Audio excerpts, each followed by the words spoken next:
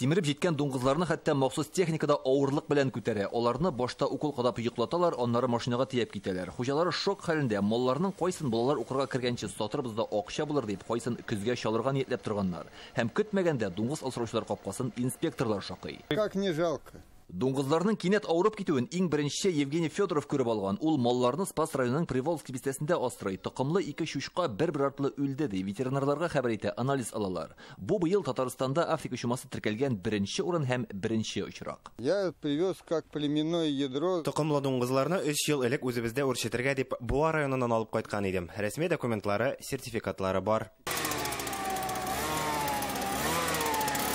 Хәзер улы юл буендагы бөтен машиналарны дезинфекцияләр, дуңгыз ите алып чыкмыйлармы һәммәсен тикшерәләр. Приволжский авылында чума шартларында тормыш башлана. Спас районында гына 150 баш мал яндырылды. Основной задачабыз менә бу дуңгыз ширен күрше районнарга чыгып китмәс өчен бөтен эшләрне башкарырга тырышабыз. Африка афәте Спас белән генә шикләнмәде. Аны башта Югары Услан белән Мамадыш районнарында ачыкладылар. Аннары исемлеккә чиста өстәлде. Булдыр авылындагы бер хуҗалыкта 2 дуңгыз үлгән. Шир раслангач тирә-юньдәге 127 баш дуңгызында юк итәргә туры килгән. Гомумән 2 атна эчендә Татарстанда 6152 дуңгыз юк ителгән.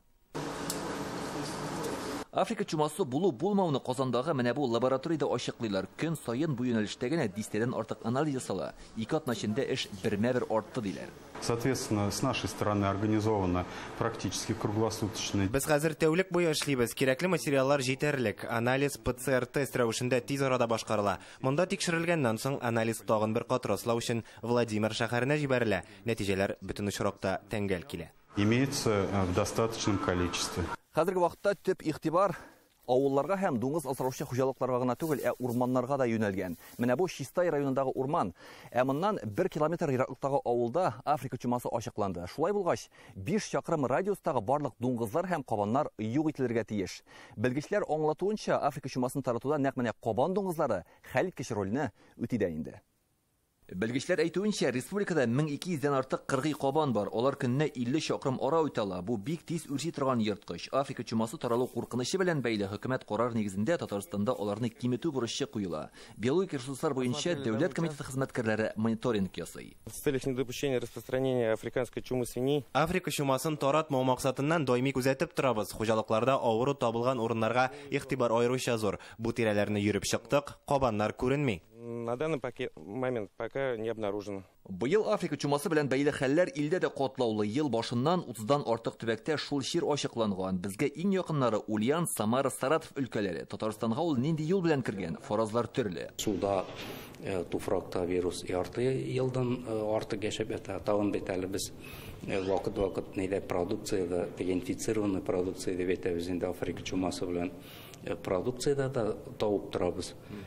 Анда әгәр ул Волга буенда кабаннар гәләккән дип әйтәбез бит инде алар анда ни балык тотучылар да, овчылар да алар бит инде үзләре белән ашарга алып киләләр. Ул бигрәк тә продукцияның теге шпик, дуңгыз теге шпига, вяленый анда продукция, пешмәгән продукция булса, анда вирус сакланып кала. Африка чумасы таралган 4 районда Идел һәм Чулман елгалары буенда урнашкан. Кабаннар 10 километр суны ансат кына йөзеп чыга дип белгечләр. Аучылар ата башлагач, алар икенче урынга кача һәм авыру тараталар. Африка чумасы чыгага бөтен теге булган ачаклар дип әйтәбез инде, алар бөтенсе су тирәсендә. Менә картада күрсәтелгән кызыл төс авыру чыккан урыннар, сары төс даими күзәтүдәге районнар, бөтен республикага куркыныч яный дигән сүз. Бу хакта узган атнада хөкүмәт йортында узган киңәшмәдә Рөстәм Миннеханов та искәртте. Вся территория республики находится под угрозой. Управление ветеринарии, управление Россельхоза на короткий срок провести мероприятия по ликвидации очагов. Госкомитет по биологическим ресурсам провести работу по максимальному сокращению популяции кабана. Хәзер республикада ярты миллионга якын дуңгыз бар. Зур сәнәгать оешмалары тулысынча ябык режимда эшли. Анда йөзләгән кеше хезмәт куя. Төп максат Африка чумасыннан зур фермаларны саклау. Үзләре юынып, санпропусник дип атала бит инде, юынып, киемнәрен алыштырып керергә тиешләр. Автотранспорт алары керә торган. Алар дезинфекция эшләп кенә кертергә кирәк. Предприятиедә ул санпропускниклар, дисбарьерлар булырга мөмкин. Әмма менә әйтәләр бит, человеческий фактор дип. Әгәр кеше юынмыйча керә икән, бу предприятиегә вирус керә дигән сүз. Юк ителгән дуңгыз өчен компенсация каралган, ул уртача базар бәясеннән чыгып исәпләнәчәк. Тик шулай да хуҗалар малны ветеринарларга бирергә атлыгып тормый. Кемдер ышанмый, кемдер документ таләп итә. Шуңа да Африка чумасы таралу куркынычы белән бәйле дуңгыз усраучыларга алдан хәстәрен күрергә киңәш итәләр.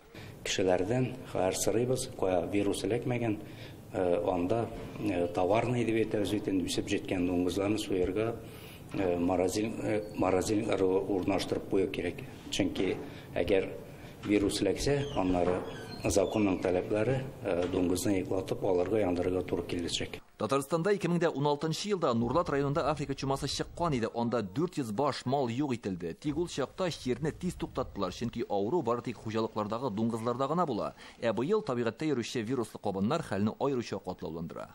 Илдар Сафиуллин, Рәмзил Гарипов, Яңа Гасыр каналы.